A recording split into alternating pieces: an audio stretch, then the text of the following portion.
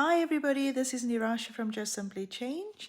I've had a beautiful mornings with some really lovely women from the Camberley Athena network.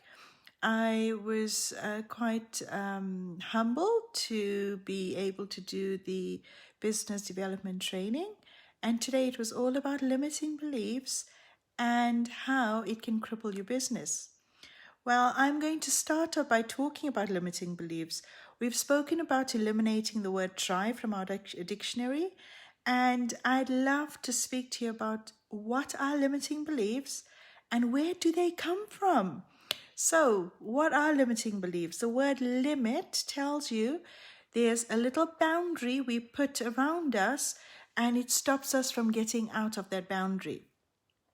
And beliefs are the thought patterns and the types of things that we have picked up and we believe in, and that has become part of who we are. It has made up our personalities. It has also developed who we are as people and even entrepreneurs or business people or leaders. So when do we get these limiting beliefs and where does it come from? Now, usually most limiting beliefs for all those people that have children, most limiting beliefs actually stem from parents. Parents are the ones that have the biggest impact when their children are between the ages of 0 and 8 years old. So if you have to look at yourself and you think about some of the things that's stopping you from doing what you want to do and you from achieving what you want to do, think about it. Where did this come from? Was this a behavior or an action or a thought that you actually picked up from your parents or from your grandparents or from aunties and uncles or your environment when you were a little child? Now, these limiting beliefs, the reason why children are so susceptible to these belief systems is because during that time of 0 and 8 years old, they don't have any logical reasoning. So they become like sponges. They start to sponge up whatever is in their environment, and whatever role modeling they see, they usually imitate and they magpie it, they copy it. So they start to grow up with these limiting beliefs, and when they get to school, they start to find themselves being put into circumstances where they start to lose their confidence, where they start to lack belief in themselves, where they start to even lack worth in themselves. And therefore, the first thing to change limiting beliefs is the number one, start to love yourself, start to romance yourself, start to find that love in you that is continuously flowing. We just need to find that fountain and tap into it. Because when we can get rid of limiting beliefs, the sky is our limits and we can achieve anything that we put our mind through. Most often, we actually live our adult lives with the belief systems that we picked up when we were little children.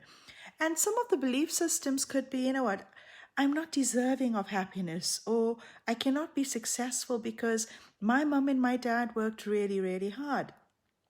Some of the other limiting beliefs could be, I don't have the time. I can't do certain things in my life because I don't have the time. It might be, as a woman, we might think, oh, my first priority is my children and my partner and my extended families. And I cannot do what I need to do now because I have to put them first. And if you look back to when you were a child, look at the behavior of your mom. She must have done the very similar thing. And she put you guys, the children first, and then she put herself. I'm not saying there's anything wrong with that, but however, it is good to actually remember that you are living your journey.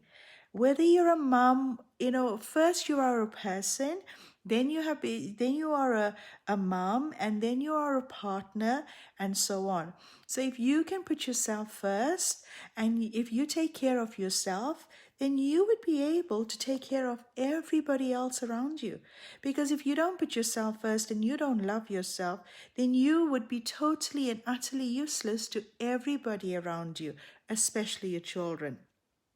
Some other limiting beliefs might be, I'm not good enough. I cannot do this. I'm useless. I'm rubbish.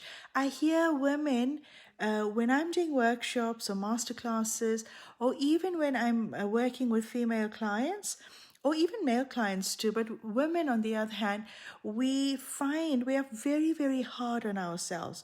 We are not gentle with ourselves. We use words like, what, I'm such a dud, or I'm so useless. I'm so bad at this. I cannot do the finance because I'm terrible with maths. Little things like this, when you use these words with yourself, you have this dialogue with yourself. The words that you use on yourself either lifts you up or it breaks you down. So start to think about, what are your limiting beliefs? Jot it down on a piece of paper and then tear it up and bin it, because those limiting beliefs will never ever be constructive in your life. You need to be able to let go of it. And remember that the day that you put yourself first, and the day you start seeing your worth, and the day you start to love yourself, will be the day when you start to change, and you would have this positive, productive life ahead of you. Lots of love. Have an open heart, have an open mind, and keep smiling. From Nirasha. Lots of love.